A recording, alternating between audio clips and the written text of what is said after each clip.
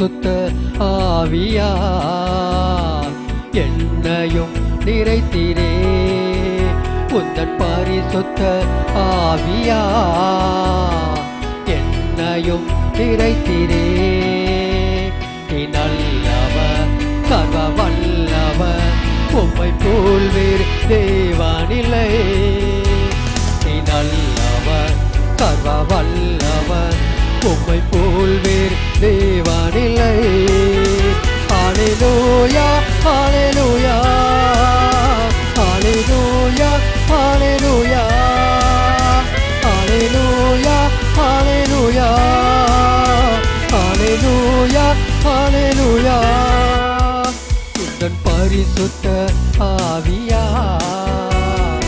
என்னையும் நிரப்பிடும் பரிசுத்த ஆவியா என்னையும் நிறைத்திரே நல்லவர் சர்வ வல்லவர் உம்மை போல் வேறு தேவனில்லை நல்லவர் சர்வ வல்லவர் உம்மை போல் வேறு தேவனில்லை ஹல்லேலூயா ஹல்லேலூயா ஹல்லேலூயா ஹல்லேலூயா ஹல்லேலூயா ஹல்லேலூயா ஹல்லேலூயா ஹல்லேலூயா. அப்போஸ்தலர் நடவடிக்கைகளின் புஸ்தகம் 17:31. அந்த பட்டணத்தார் மனோவாஞ்சையாய் வசனத்தை ஏற்றுக்கொண்டு காரியங்கள் இப்படி இருக்கிறதா என்று தினந்தோறும் வேத வாக்கியங்களை ஆராய்ந்து பார்த்ததினால் தெசலோனிக்கேயில் உள்ளவர்களை பார்க்கிலும் நற்குணசாலிகளாய் இருந்தார்கள். பெரோயா பட்டணத்தை சேர்ந்த விசுவாசிகள் தெசலோனிக்கே பட்டணத்தில் உள்ள விசுவாசிகளை விட ஒரு நோபல் கேரக்டர்ஸ், சிறந்த மக்களாக இருந்தார்கள். அவருடைய சிறந்த வாழ்க்கையை பார்த்து அநேகர் கர்த்தரிடத்தில் வந்தார்கள் என்று பால் குறிப்பிடுகிறார். அவர்கள் சிறந்தவர்களாய் இருக்க காரணம் கர்த்தருடைய வார்த்தையை உற்சாக மனதோடு ஏற்றுக்கொண்டார்கள். தேவனுடைய வார்த்தையை, வேத வாக்கியங்களை ஒவ்வொரு நாளும் என்ன செய்தாங்களா? ஆராய்ந்து பார்த்தார்கள் என்று சொல்லப்பட்டிருக்கிறது. ஒவ்வொரு நாளும் வேதத்தை தியானித்தார்கள். இன்றைக்கு நமக்கு இருக்கிறது போல முழு வேதாகமுடைய கையில் இருக்கிறதுக்கு வாய்ப்பு கிடையாது. நிருபங்கள் எல்லாம் இப்போதான் அதுக்கு பின்பு வந்தவைகள் தான். ஸோ அந்நாட்களில் எல்லாருடைய வீடுகளிலும் ஸ்தோத்திரம் வேதாகமும் இருந்திருக்குமா என்று சொன்னால் நிச்சயமா இருந்திருக்க வாய்ப்பு கிடையாது. ஒருவேளை தேவாலயத்திலே 1-2 பிரதிகள் இருந்திருக்கலாம், சில பெரியவர்களிடத்திலே சில பிரதிகள் இருந்திருக்கலாம். ஸோ அதை போய் பார்த்து அந்த வேதத்தை வாசிக்கவும் தியானிக்கவும் ஒரு முக்கியத்துவத்தை கொடுத்து ஒவ்வொரு நாளும் அதை என்ன செய்தாங்க. இன்றைக்கு நமக்கு எல்லாவற்றையும் கர்த்தர் எளிதாக்கி தந்திருக்கிறார். குறிப்பாக அந்நாட்களில் இந்த வேதத்தை அவர்கள் ஆராய வேண்டும் என்றால் கண்டிப்பாக சினாகாக்கில் போய் அமர்ந்திருந்து அவர்கள் பார்த்து மோசையின் பிரமாணங்கள் இந்த வேதத்தை அப்படியே தியானித்து இருந்திருக்க வேண்டும். ஆனால் பெரோயா பட்டணத்தார் தினந்தோறும் அதை என்ன செய்தாங்களா? ஆராய்ந்தார்கள். ஆகையினாலே அவர்கள் சிறந்தவர்களாயிருந்தார்கள் என்று கர்த்தருடைய வார்த்தை சொல்லுகிறது. இயேசு சொல்லுகிறார், வேத வாக்கியங்களை என்ன செய்யுங்க? ஆராய்ந்து பாருங்கள். இன்றைக்கு ஒவ்வொரு நாளும் ரெகுலராக வேதத்தை நீங்கள் தியானித்தால் உங்களுக்கு வர வேண்டிய ஆசீர்வாதத்தை கண்டிப்பாக தருவார். யோசுவாவை பார்த்து ஆண்டவர் சொன்ன வார்த்தை என்ன? யோசுவாவின் புஸ்தகம் 1ஆம் அதிகாரம் 8ஆம் வசனத்திலே 1:8 வாசிங்க. இந்த நியாயப்பிரமாண புஸ்தகம் உன் வாயை விட்டு பிரியாதிருப்பதாக. இதில் எழுதியிருக்கிறவைகளை படியெல்லாம் நீ செய்ய கவனமாய் இருக்கும்படி இரவும் பகலும் அதை தியானித்துக் கொண்டிருப்பாயாக. இரவும் பகலும் தியானித்துக் கொண்டிருப்பாயாக. அப்பொழுது நீ உன் வழியை வாய்க்க பண்ணுவாய். அப்பொழுது இதை தியானித்துக் கொண்டிரு. அப்பொழுது உன் வழிகள் என்ன செய்யும்? வாய்க்கும். அப்பொழுது புத்திமானாயும் நடந்து கொள்ளுவாய். பாருங்க, அப்பொழுது then you will have good success, then you shall make your way prosperous. உன் வழி உனக்கு வெற்றியாய் வாய்க்கும்.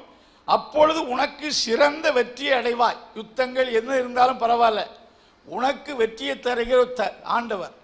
உனக்கு பலத்தை தருகிறவர் ஆண்டவர். உனக்கு கொடுக்கிற வார்த்தை டே அண்ட் நைட். நீ இதில் மெடிடேட் பண்ணு, வேதத்தை தியானி, அப்பொழுது வழி வாய்க்கும், சிறந்த வெற்றியை நீ பெறுவாய் என்று சொல்வதை பார்க்கிறோம். அல்லேலூயா. உபாகம புஸ்தகம் 20ஆம் அதிகாரத்தில் ராஜாவாய் இருக்கக்கூடிய இஸ்ரவேலுக்கு ராஜாவாய் வர வேண்டியவர்கள் தங்களுக்கென்று ஒரு ஸ்தோத்திரம் வேதாகம சுருளை எழுதி வாங்கி கொண்டு ஒவ்வொரு நாளும் அதை என்ன செய்யணும்? வாசிக்கணும். ஒவ்வொரு நாள் வாசித்தால் என்ன கிடைக்கும் என்று சொன்னால் அதில் 4 காரியம் சொல்லப்பட்டிருக்கிறது. 17:20 வாசிங்க. உபாகம் 17:20. உபாகமும் 17. லேவியராகிய ஆசாரியரிடத்தில் இருக்கிற நியாயப்பிரமாண நூலை பார்த்து தனக்காக ஒரு பிரதியை எழுதி தன்னிடத்தில் வைத்துக் கொண்டு தன் ஜீவனுள்ள நாளெல்லாம் அதை வாசிக்க கடவன். இப்படி செய்வதினால் தன் ஜீவன் எல்லா நாளும் வாசிக்க இப்படி அவன் செய்வதினால் தானும் குமாரரும் இஸ்ரவேலின் நடுவே தங்கள் ராஜ்யத்திலே நீடித்து வாழுவார்கள். தானும் தன் குமாரரும் இஸ்ரவேலின் நடுவே நீடித்து வாழ்வார்கள். 19ஆம் வசனத்திலே தேவனுக்கு பயந்திருக்க கற்றுக்கொள்ளும் பொருட்டு என்று சொல்லப்பட்டிருக்கிறது. அவருடைய ராஜ்யம் தரப்படும். நீங்க ராஜாக்களின் புஸ்தகத்தை வாசித்து பார்க்கையில் எந்தெந்த ராஜாக்கள் வேதத்துக்கு முக்கியத்துவம் கொடுத்தார்களோ, வேதத்தை படிக்கவும் வேதத்தை கற்றுக்கொள்ளவும் முக்கியத்துவம் கொடுத்தார்களோ, அந்த ராஜாக்களுடைய ராஜரீகம் சிறப்பாக இருந்திருக்கிறது. யார் யார் வேதத்தை மறந்து வாழ்ந்தார்களோ, ஒன்று அவர்கள் படுகொலை செய்யப்பட்டிருப்பார்கள், அவருடைய ஆட்சி காலம் குறுகினதாக இருந்திருக்கக்கூடும், அவருடைய ஆட்சி காலத்தில் ரொம்ப வாதைகள் யுத்தங்கள் வந்ததாக நாம பார்க்க முடியும். எந்தெந்த ராஜாக்கள் ஆசா, ஓசியா, யோசபாத், எசேக்கியா போன்ற நல்ல ராஜாக்கள் வேதத்துக்கு முக்கியத்துவம் கொடுத்தாங்க, அவர்கள் காலத்தில் ஆண்டவர் அவர்களுக்கு மகத்தான காரியங்களை நினைச்சிருக்கிறார். சத்துருக்கள் வந்தாலும் அவர்களை முறியடித்திருக்கிறார். மற்ற ராஜாக்கள் வேதத்துக்கு முக்கியத்துவம் கொடுக்காத ராஜாக்கள் எல்லாம் தோல்வி அடைந்ததை நாம் வேதத்தில் வாசிக்கிறோம். ஆகினால கர்த்தர் கொடுக்கிற வேதத்தை ஒவ்வொரு நாளும் உண்மையாக வாசித்தால் கர்த்தர் உங்களுக்கு மேன்மையை தருவார்.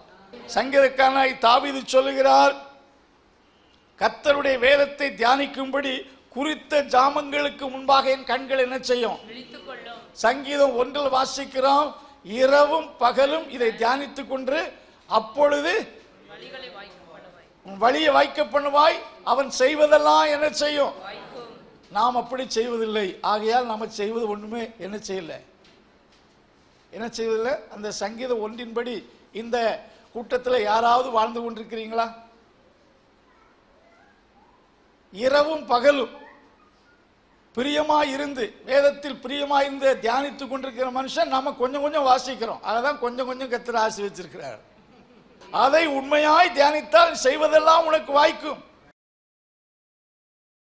அன்பின் கர்த்தாவே, இந்த நாளுக்காக துதிக்கிறோம். இந்த கொடுக்கப்பட்ட இந்த வார்த்தைகள் நம்முடைய பிள்ளைகளுக்கு ஆசீர்வாதமாக இருப்பதாக, இந்த வாரத்தின் நாட்கள் ஆசீர்வாதமாக இருப்பதாக, ஆண்டவருடைய கிருபை யாவரோடு இருப்பதாக. இயேசுவின் நாமத்தில் ஜெபங்கள் நல்ல பிதாவே.